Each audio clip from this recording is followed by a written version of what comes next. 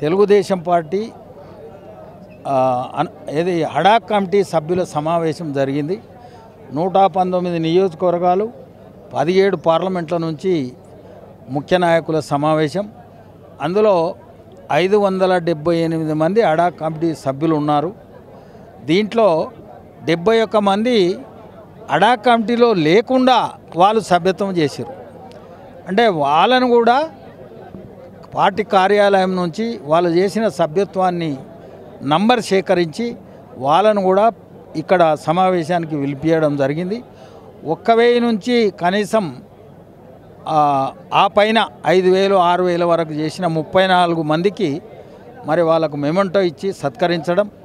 అదేవిధంగా 72 మందికి వాళ్లకు హడాక్ కమిటీలో పేరు లేకున్నా 100 నుంచి 2000 వరకు చేసినటువంటి వాళ్లకు శాలువతో సత్కరించడం జరిగింది.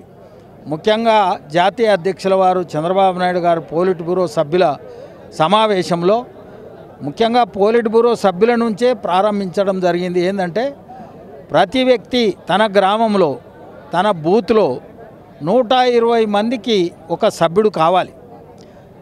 120 మంది సభ్యుడైన తర్వాత ఒక బూతు అంటే కనీసం 10 మంది 12 మంది ఉంటే అక్కడ ఒక కన్వీనర్ ఒక జాయింట్ కన్వీనర్. ఇది కేఎస్ఎస్ కుటుంబ సాధికారిత సమితి. ఈ సమితిలో తప్పకుండా పోలిట్ బ్యూరో నుంచి కింద వరకు మంత్రులు కానీ ఎవరైనా కానీ అందరం కూడా అందులో ఉండాలి. అయితే ఈ సాధికారిత కమిటీ సభ్యులలో కన్వీనర్ పురుషుడైతే స్త్రీ జాయింట్ కన్వీనర్, ఒకవేళ పురుషుడే జాయింట్ కన్వీనర్గా ఉంటే మహిళామణి తప్పకుండా కన్వీనర్గా ఉండాలి. ఆ విధంగా 25,000 మంది ఓట్లకు ఒక క్లస్టర్.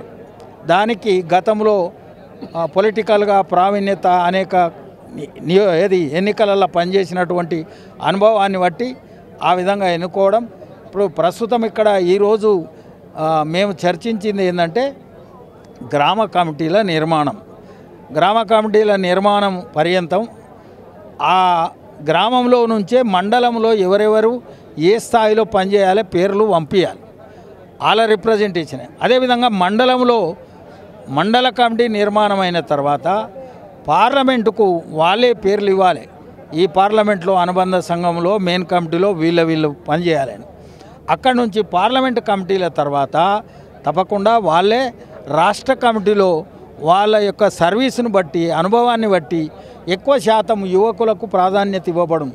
ఇప్పటి వరకు కష్టపడి పనిచేసిన వాళ్ళే కాకుండా ఎక్కువ 50% ప్రస్తుతానికి యువకులకు అవకాశం ఇస్తే తప్పకుండా 20-30 సంవత్సరాలు పార్టీకి సేవ చేయగలుగుతారు. ఒకవేళ మనం ఆ విధంగా యువకులకు అవకాశం ఇవ్వకపోతే ఈ మధ్యకాలంలో ఏమవుతున్నదంటే అధికార పార్టీ ఎవరు అధికారంలోకి వస్తే ఆ పార్టీలో దుంకుతున్నారు.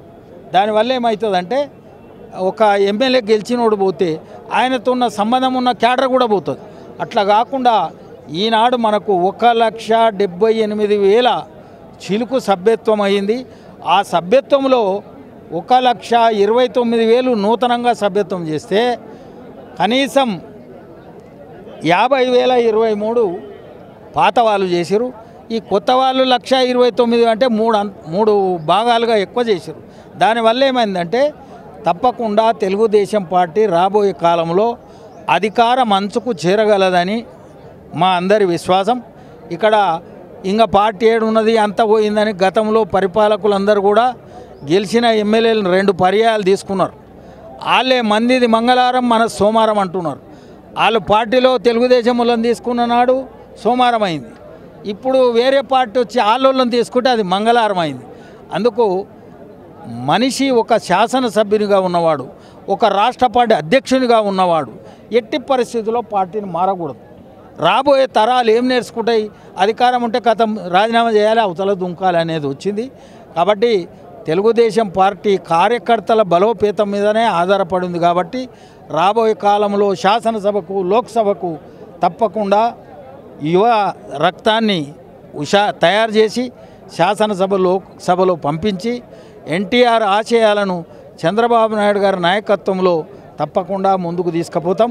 మరి లోకేష్ నాయకత్వంలో ఈ సాంకేతిక పరిజ్ఞానంతో సభ్యతము ఇది మరి అద్భుతంగా 1,78,000 అయింది. ఇదంతా ఈ పరిశ్రమ అంతా కూడా లోకేష్ గారు చేసిందే. మరి ఆయనకు కూడా ధన్యవాదాలు చెప్తాం.